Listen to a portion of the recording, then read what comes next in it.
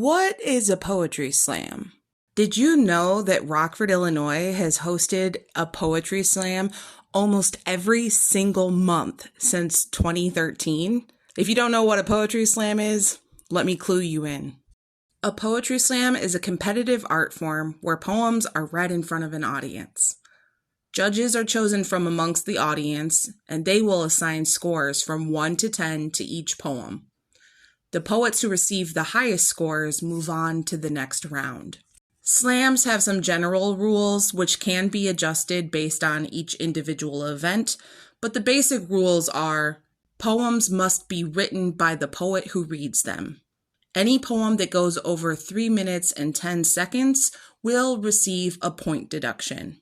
Music and props are not allowed. While it might sound scary to have people judge your poems on stage, poetry slams actually have a lot of benefits.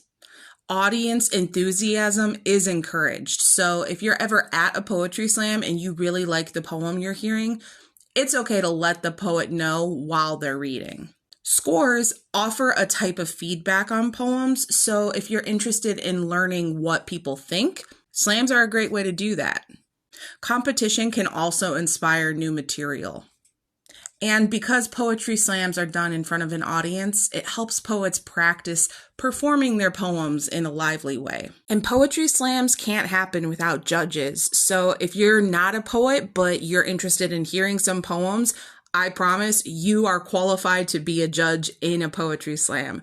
No poetry experience is required. If any of this sounds interesting to you, make sure you check out the monthly poetry slam in Rockford, Illinois. It's hosted at the Nordloff Center in downtown Rockford at 118 North Main Street.